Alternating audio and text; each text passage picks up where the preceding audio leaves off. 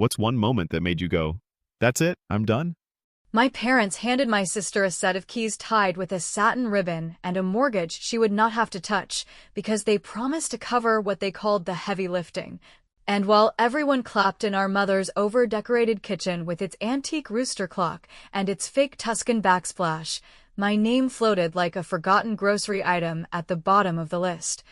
And I knew in the same hard instant that whatever decent daughter I had been up to that moment had quietly packed her bags and stepped outside, because I felt something colder and more precise take her place, something that blinked once, measured the room, and started counting exits. They called it a starter home even though it had a manicured yard, new appliances still shrink-wrapped, and a porch that looked like a lifestyle blogger's dream. And when my father said he had negotiated a sweet price and my mother added that Emily deserved a soft landing after a rough couple of years, I almost laughed, not because any of it was funny, but because it was such a familiar script that I could practically hear the paper crinkling as they read from it, the same script that had been used when Emily needed a car in college, when Emily needed a credit card to build history, when Emily needed a quiet place to reset after a breakup that somehow required a sublet and a designer sofa. While I learned to make a dollar walk on stilts and taught myself to smile like none of that stung.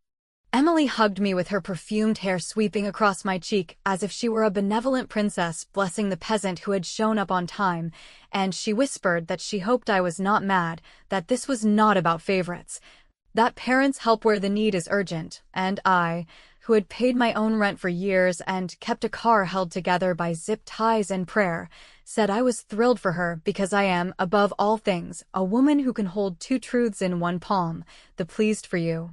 truth and the what about me truth, and I can choose which one I show, the way a dealer reveals only the card that keeps the table quiet. We christened the house with sparkling wine that was not really champagne, but everyone called it that because the label had a gold crest, and when my mother proposed a toast to second chances and my father added that family is the hedge against the storm, I watched their faces. The way people watch anchors during hurricane coverage, searching for any flicker that acknowledges the wind bending the trees the wrong direction, and I found none, only that glazed pride that said they believed their own mythology, that they had acted fairly and generously and would, if asked, do it again tomorrow. On the drive home, I took the long route past the river and the old steel bridge that was doomed to be replaced by something safer and uglier, and I let the radio murmur while my thoughts stacked themselves like files on a desk. Because while people think revenge is a bonfire you light in a sudden fit, it is more often a pilot flame you protect with your hand until the room grows quiet enough to smell gas, and somewhere between the exit for the mall and the sign that warned about seasonally high water, I accepted that I was done auditioning for the role of dependable daughter who never needs anything, done writing cheerful texts about being proud of my sister, and done paying full price for the front row seat to my own erasure. The thing about being the responsible one is that you learn systems without trying, and systems will tell you their weak points if you let them ramble. Which is why by the time I let myself into my apartment with its secondhand couch and its humming refrigerator, I already knew that Emily's house would have a paper trail long enough to knit a scarf, that my parents would have signed where the banker asked and nodded where the agent smiled, and that people who are certain they are doing the right thing rarely read the fine print or notice the shadows. And yes, I can say that with conviction because I have spent years working in an office where the only thing more reliable than the coffee machine is the email archive. And if you take away my belief in cosmic fairness, you will leave me with my belief in documentation. I made tea instead of opening more wine because I wanted a sharp head, and as the kettle rattled like it had opinions, I set my laptop on the kitchen table and opened folders I had named sensible things like taxes and leases and receipts, and then, for balance, a new one with a name that made me smile even though no one would ever see it, something generous like Repair Fund, which is what I plan to call the sum total of everything I am owed, measured not in dollars, but in the quiet satisfaction of precision. And when the steam curled into the cold air, I took a deep breath and started a list, not of grudges because grudges are heavy, but of facts, because facts travel well and do not burn in the light. I wrote the date their gift was announced, the bank my father prefers because he once played golf with the manager, the insurance company my mother trusts because it sends birthday cards, the make of the car that would now live in the driveway, the neighbor's last name I had overheard, the realtor's cheerful voicemail that ended with a promise to always pick up, and the nonprofit where Emily claims a board seat she attends when it flatters her schedule, and with every line my heart beat. Steadied, not out of joy and not out of anger, but out of that calm I only feel when I am building something that will stand in a storm. And when my phone lit up with a family group photo from the new porch, my parents on either side of the daughter they had anointed, everyone beaming like a catalog of togetherness, I set it face down, finished my tea, clicked save, and let the screen glow on my list a moment longer than necessary, because I wanted to memorize the way this all began, not with a slammed door or a shouted accusation, but with a careful breath and a small decision that would become a larger one, and as the apartment settled into its nighttime creaks, I added the final line for the day, a line that made my shoulders drop and my mouth curve, because it was simple and it was honest, and it was the closest thing to a prayer I had said in years. Keep going, quietly. And let them hand you the rope. The morning after the ribbon and keys spectacle arrived with the kind of gray, indecisive sky that makes people postpone yard work and tell themselves they will deal with it after lunch. And I took that as permission to sit at my kitchen table with coffee as sturdy as a good pair of boots while I began the strangely soothing task of following every little thread connected to my sister's shiny new life. Because if there is one thing I have learned from years of being the dependable one who gets asked to fix printers and proof contracts, it is that mess prefers to hide in plain sight behind cheerful fonts and automated emails that start with the word congratulations. I began with the realtor's voicemail, replaying her bright voice until I caught the detail she surely thought was too boring to matter, the title company she recommended because they were a dream on closings, which to me translated into a habit of speed over scrutiny, and within a few clicks I was reading public filings that looked dry until you learned to see the shape beneath the numbers, and there it was.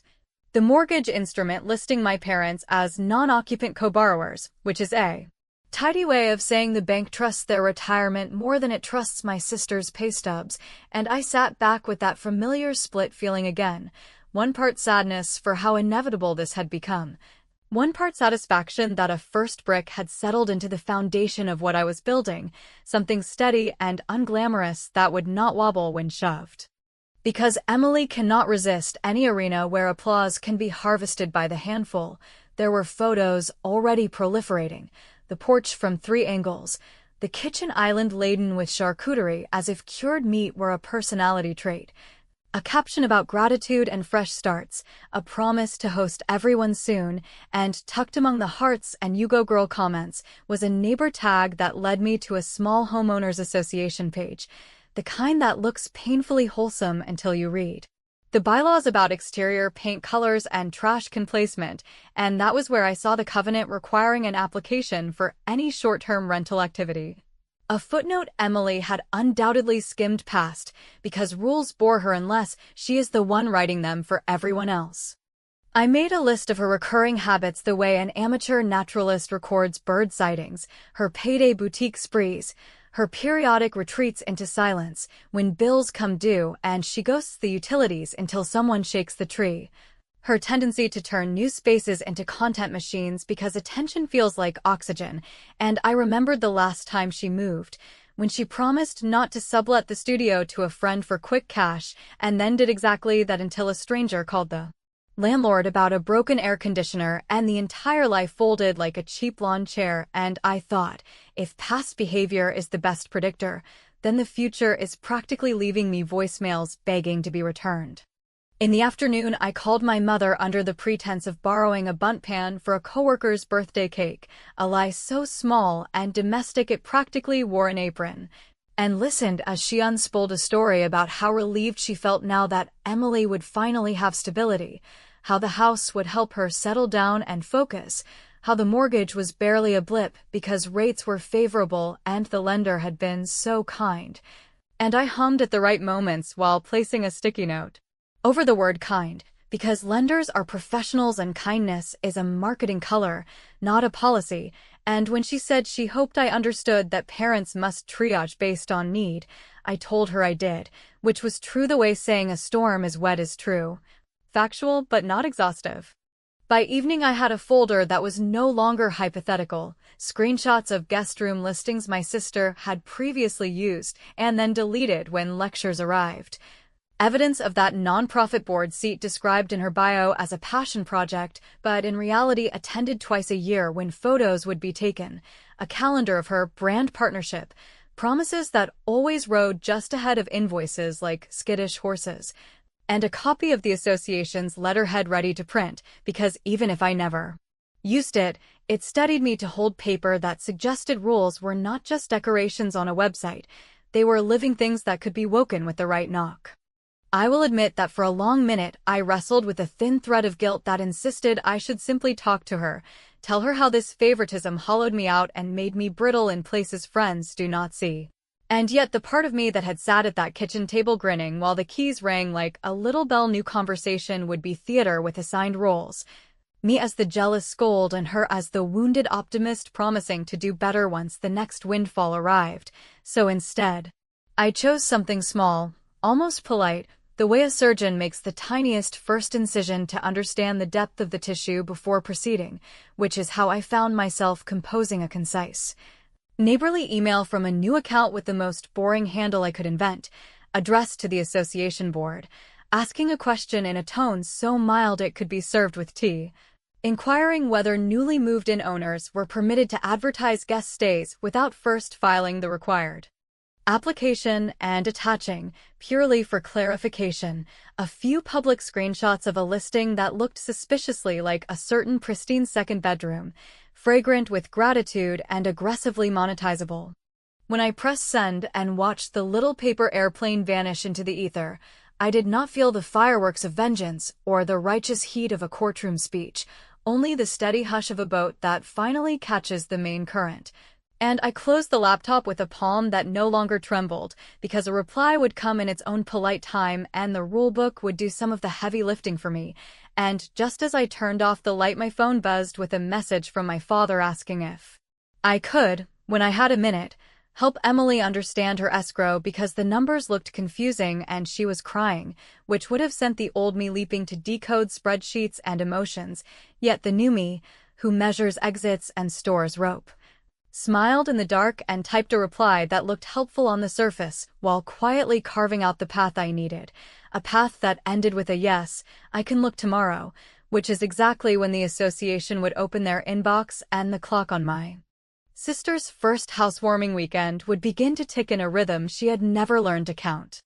The morning after I sent that careful, almost courteous email to the association board, I woke with the strange calm that comes from knowing you have nudged the first domino, but are still far enough away that no one could trace the motion back to your hand. And as I stirred sugar into my coffee, I felt that mix of anticipation and detachment one might feel before the results of a medical test, because you cannot predict the outcome, but you know the machinery has already started to turn. I carried that mood into the office where coworkers complained about parking and deadlines, and while I nodded sympathetically, my mind was already sifting through contingencies, rehearsing how I would feign surprise if Emily called in a panic, and imagining the inevitable escalation that would follow once the rulebook came knocking on her curated little doorstep. By lunchtime, I received a perfectly civil reply from the association board thanking me for raising the concern and assuring me they took compliance seriously, attaching a scanned copy of the covenant language I had already read, but which now looked far more official with their watermark, and promising to review recent activity in the neighborhood. I knew what that meant. They would scroll through local listings, see Emily's second bedroom with its artfully staged throw blanket and caption about welcoming guests, and open a file in her name. They would not care about her gratitude hashtags or her carefully filtered porch selfies. They would care about fines, violations, and the principle of order that keeps neighbors from turning a subdivision into a carnival. When I left work that evening, I drove past her house, which still looked smug in its symmetry with the wreath my mother had hung on the door, and I watched her through the window balancing a ring light on a stack of boxes while she filmed herself arranging flowers, no doubt telling her invisible audience that dreams do come true if you manifest them with the right crystal, and I thought about how perfectly ordinary her delusion looked from the street. To the passing jogger, she was just another young woman making a home, but to me she was a character reciting the first lines of a play whose ending I had already outlined. That night she called, her voice syrupy with forced cheer, telling me she had been asked by the board to clarify something about her hospitality project. And I let her talk until she began to sniffle about how unfair it was that neighbors already resented her before she had a chance to prove she would be responsible, and I almost told her I was the one who had invited the scrutiny. But instead I murmured that she should send them everything promptly and transparently because, after all, rules are rules. She scoffed at the word rules, muttering that the world bends for those who push, which was exactly the creed she had lived by while others, including me, quietly paid the toll she left behind. After hanging up, I poured another drink and spread my notes across the table like a general studying terrain before battle, highlighting not just the vulnerabilities of her house, but also the tender points of her image.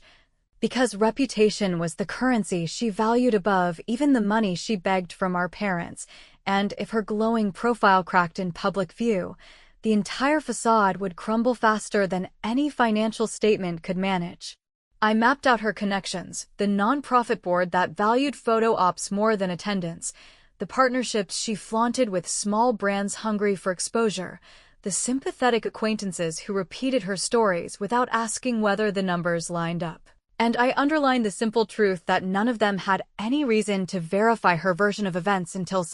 anyone, dropped evidence to the contrary in their laps. In the days that followed, I played the role of supportive sister, sending her texts about how exciting it must feel to decorate, liking her photos so she would not suspect the cold machinery humming behind my calm exterior, and even offering to help with a budget spreadsheet, which she accepted eagerly before confessing she barely looked at her bank statements because the numbers depressed her. I said I understood, while silently noting that her avoidance was not a quirk but a crack in the wall, and that every crack eventually spreads until the structure sighs and gives way. By the weekend, as my parents gushed over the new curtains Emily had chosen and repeated that this was exactly the stability she needed to blossom, I excused myself to the porch. Leaning against the railing while I sent a second message from my anonymous account, this one not to the board but to a contact address on the nonprofit's website, politely attaching screenshots of Emily advertising her guest room for cash, while listing her board position as a mark of credibility and asking whether such activity aligned with their stated values. I worded it like an innocent inquiry from a concerned local, not an attack, careful to use language bland enough to pass a corporate filter, but sharp enough to stick in someone's throat. That night, when Emily posted a photo of her porch swing with a caption about gratitude and renewal, I found myself smiling in the dark, not because the image was amusing, but because I could already see the shadow stretching behind it. The inevitable correspondence that would arrive in her inbox, the awkward phone calls she would have to make, and the way my parents, for the first time, would hesitate before opening their wallets to rescue her, because hesitation is the first step toward recognition, and recognition is the beginning of justice. I knew my plan was not complete, that these were only the opening notes of a longer symphony, but as I closed my laptop I felt the slow, deliberate satisfaction of a trap that has been baited and set, waiting only for the impatient animal to step inside. The first real fracture came not with shouting or slammed doors, but with the kind of polite letter that looks harmless until you read the second paragraph. Because buried in those careful sentences was a notice of violation from the association board citing unapproved short-term rental activity and warning of escalating fines, and while my sister tried to laugh it off as nosy neighbors, I could hear the quiver in her voice when she called our parents and begged them to help cover the penalty so she could clear it up quickly. My father, who has always believed that money solves embarrassment the way duct tape solves plumbing, grumbled but agreed, while my mother tried to spin it as a learning opportunity, insisting that Emily would grow from this responsibility. And I listened in silence, pretending to be busy with work while pressing my lips together so hard they tingled, because I knew this was only the opening crack in a surface already spidered with pressure. When the fines doubled after the second week, because Emily had not complied fully, My parents grew less patient, and I could sense the shift in my father's tone when he told her she had better start paying attention to details if she wanted to keep her place. Yet the real blow came later, when an email from the nonprofit board landed in Emily's inbox, politely requesting clarification about her rental activities and reminding her that board members were expected to model integrity, and though she pretended to shrug it off on the family group chat, I knew from the silence that followed that she was pacing her kitchen like a caged animal, because reputation has always mattered to her more than solvency. And this was the first time her carefully cultivated sheen had started to peel. At the next family dinner, she arrived looking polished, but brittle, smiling too widely and insisting everything was fine. Yet when the conversation drifted toward homeownership, she nearly snapped, lecturing us about the stresses of property taxes and repairs until my father cleared his throat in that sharp way that signals he has heard enough. I poured myself another glass of wine and offered a soothing comment about how challenging it must be to juggle so many responsibilities, a remark that landed like a dart she could not quite pull out, because it sounded supportive but reminded everyone at the table that she had, in fact, bitten off more than she could chew. I watched my parents' expressions flicker with doubt, that tiny seed of uncertainty settling in their minds like dust they could not brush away. In the days that followed, I set the stage for the moment I knew would come by feeding small pieces of information into the right ears, a carefully placed remark to an old family friend who still golfed with my father, a casual suggestion to one of Emily's brand partners that they might want to double-check her capacity before committing to events, and a quiet nudge to a neighbor who had already been irritated by the traffic outside her driveway. None of these actions were loud or dramatic, yet together they created an undercurrent that Emily could not control, and I knew that undercurrents are what topple even the proudest boats. The confrontation arrived sooner than I expected, during a Sunday gathering when my father, clearly armed with new information, turned to Emily and asked whether it was true she had missed a tax payment already due on the property, because a letter had been delivered to his house, and the silence that fell was heavy enough to still the room. Emily flushed, stammered about confusion with escrow, and then, in desperation, looked at me as though I might leap to her defense the way I once would have, but I only tilted my head and said softly that such things happen when you are busy, which sounded almost sympathetic but was really the sharpest blade I could wield. She stormed out after dessert, muttering about betrayal and unfair expectations, while my parents sat stiffly at the table, staring at the empty doorway. My mother tried to rally with a speech about family sticking together, but my father only muttered that maybe they had made a mistake in thinking Emily was ready for such responsibility, and in that moment I saw the first real crack in their certainty. The recognition that their golden child was not gilded by fate, but propped up by their own constant infusions of cash and forgiveness. I excused myself soon after, stepping outside into the cool evening air where I let the silence wrap around me like a cloak, because I knew the work was not finished yet, the final blow still waiting in the wings. That night I lay awake not from guilt, but from the electric hum of anticipation, replaying the moment my father had turned to me with suspicion in his eyes, asking if I had known about Emily's troubles, and remembering how I smiled instead of answering. Because silence can be its own form of confession and its own form of denial. The truth was that the real card had not yet been played, the evidence of her deeper debts and the way she had used part of their so-called gift to plug holes rather than build stability, and I knew that when the time was right, when their patience had thinned to a thread, I would place that truth squarely in their hands, not as an accusation but as a fact they could not ignore, and the sound of it landing would be louder than any outburst. As dawn crept through the blinds, I felt the satisfaction of a builder inspecting scaffolding, knowing the structure was ready to bear the weight of the final act.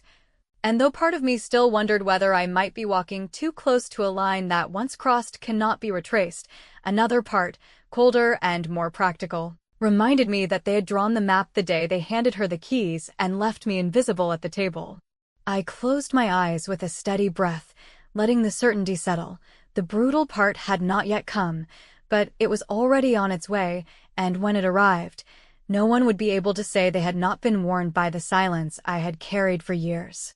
The last turn of the screw did not arrive with a dramatic confession or a Hollywood thunderclap, but with an audit letter couched in bureaucratic politeness, a thin envelope addressed to my parents as co-borrowers that referenced owner-occupancy assurances and recent online activity inconsistent with primary residence use, which in ordinary language meant the lender had seen exactly what every neighbor and follower had already seen: a staged guest room offered in exchange for quick cash, and was now asking thoughtful questions that came with deadlines and the faint outline of consequences that even my father, who normally believed paperwork exists to be appeased, not obeyed, could not ignore.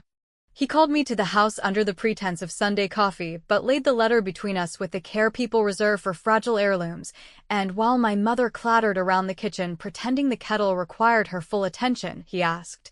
without looking up, whether I had any idea how this could have happened, whether I thought Emily understood what she had signed, whether I believed this was salvageable, or whether they were, at long last, standing at the edge of a hole they had helped dig without ever admitting they were holding shovels, and I answered in the only way that kept the floor from tipping, by saying that the path forward would be clarity, documentation, and choices that would finally cost something other than my silence.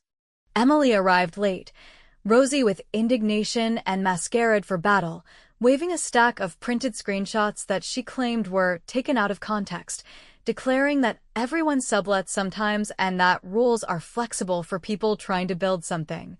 And for a long moment the old choreography tried to resurrect itself, my mother positioning herself between the combatants with a trembling smile, my father rubbing his temples as if a storm were trapped under his skin, Emily playing wounded prodigy, and me standing quietly at the window counting the seconds it would take to shatter the tableau. Then I turned back, slid a folder from my bag, and placed it on the table with the same even pressure you use to test a beam. Because inside that folder were the documents Emily had forwarded me weeks earlier when she wanted help decoding escrow, the bank statements that showed payments made the day after closing to the same credit cards that had been gasping for air all spring, the calendar of rental listings captured before she scrubbed them, the nonprofit's courteous query about optics, and the association's notice of fines that had already doubled while she posted porch swings and gratitude paragraphs. I said that no one was on trial in this room, that no one would be dragged in chains or humiliated in front of strangers, but that facts have their own gravity and, once acknowledged, will pull you toward a conclusion whether you intend to move or not. And the conclusion here was plain even for those who prefer myth to math. The house had not been a platform for stability, but a new container for the same appetite. The funds meant for footing had rushed toward old fires, and the signatures my parents had offered as proof of faith had become insurance against reality, placing them in a blast radius that was no longer theoretical. Therefore, if they wanted out of the game where love feels indistinguishable from underwriting, they would have to choose transparency over rescue and boundaries over legend. My father, who has never liked being told that the ground beneath him is not actually bedrock, asked in a voice I had not heard since childhood whether there was a clean way to unwind what had been wounded, and I explained, as gently as a person can when she is placing a mirror on the table, that clean is a fantasy in the aftermath of long denial. But there is an orderly way. Cease the rental activity immediately. Respond to the lender with verifiable proof of owner occupancy or, failing that, with a plan to correct course through sale or refinance, settle the association fines and accept the probation terms, inform the nonprofit that personal business will not intersect with their name, and, most painfully, decline to fund any more emergencies disguised as opportunities. Emily laughed then, a brittle, ringing sound that cracked in the middle, called me sanctimonious, and demanded to know whether I had enjoyed playing detective while she built a brand, and I let the insult pass like weather while I slid across the final page. The one she had not expected me to have, a clipped email from the lender's Fraud Watch inbox acknowledging receipt of community concerns with a case number and a promise to follow up, which I had printed not because I relished the drama of presentation, but because I understood that abstract warnings do not puncture myth, only numbered realities do, and in that moment I watched the room inhale the possibility that the story could end in a way none of them had rehearsed. The decision took the shape decisions usually take when certainty collapses, not as a unanimous vote or a solemn pact, but as a collection of small, tired agreements. My parents would instruct a realtor to evaluate the market and prepare the house for a quiet listing that would not embarrass anyone if handled briskly. Emily would move into a modest rental within commuting distance of her job and surrender the ring light for a month while she learned to read statements out loud without flinching. The association fines would be paid by the person responsible rather than by a committee called family, and the letter to the lender would be met with a schedule that made compliance more likely than theater, after which the room, relieved of oxygen, emptied itself and left me standing with the echo of my sister's glare pressed between my shoulder blades like a hot coin. That night, alone at my kitchen table with the window cracked to a humming city, I laid the printed case number beside my list from months earlier and waited for the triumph that storytellers insist should arrive in a trumpet blast when justice is finally served. And instead felt the quieter sensation I had feared and expected, the gravity that follows any demolition when you are the one who drew the lines, a solemn acknowledgement that I had not thrown a match into a dry field by accident but had measured the wind, stacked kindling, and then struck the flame because no one else would admit the field was already burning. I poured tea and told myself that accountability is not cruelty and that adults do not get to write checks in other people's names forever. Yet, even as I stacked the folder and slid it into the drawer, I could hear my father's earlier question scraping against the inside of my ribs. Did I know? Did I intend? And I understood that the answer, which I would never speak, lived in the space between the saved email and the sealed envelope, in the way I reached to turn off the lamp and let the room go dark while the screensaver drifted over my lists, indifferent and exact.